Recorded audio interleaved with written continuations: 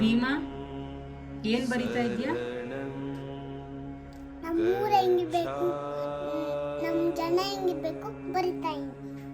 ನಿನ್ ಮಾತು ಕೇಳಿ ಈ ಊರ್ ನಡೆಯುತ್ತಾ? ನಿನ್ ಮಾತು ಕೇಳಿ ಈ ಜನ ನಡೀತಾರ? ಯಾಕಮ್ಮ ಕೇಳಲ್ಲ? ಮುಂದೆ ಒಂದಿನ ನಾನ್ ಬರ್ದನ್ನ ಕೇಳಿ ಈ ದೇಶ ನಡೆಯುತ್ತೆ.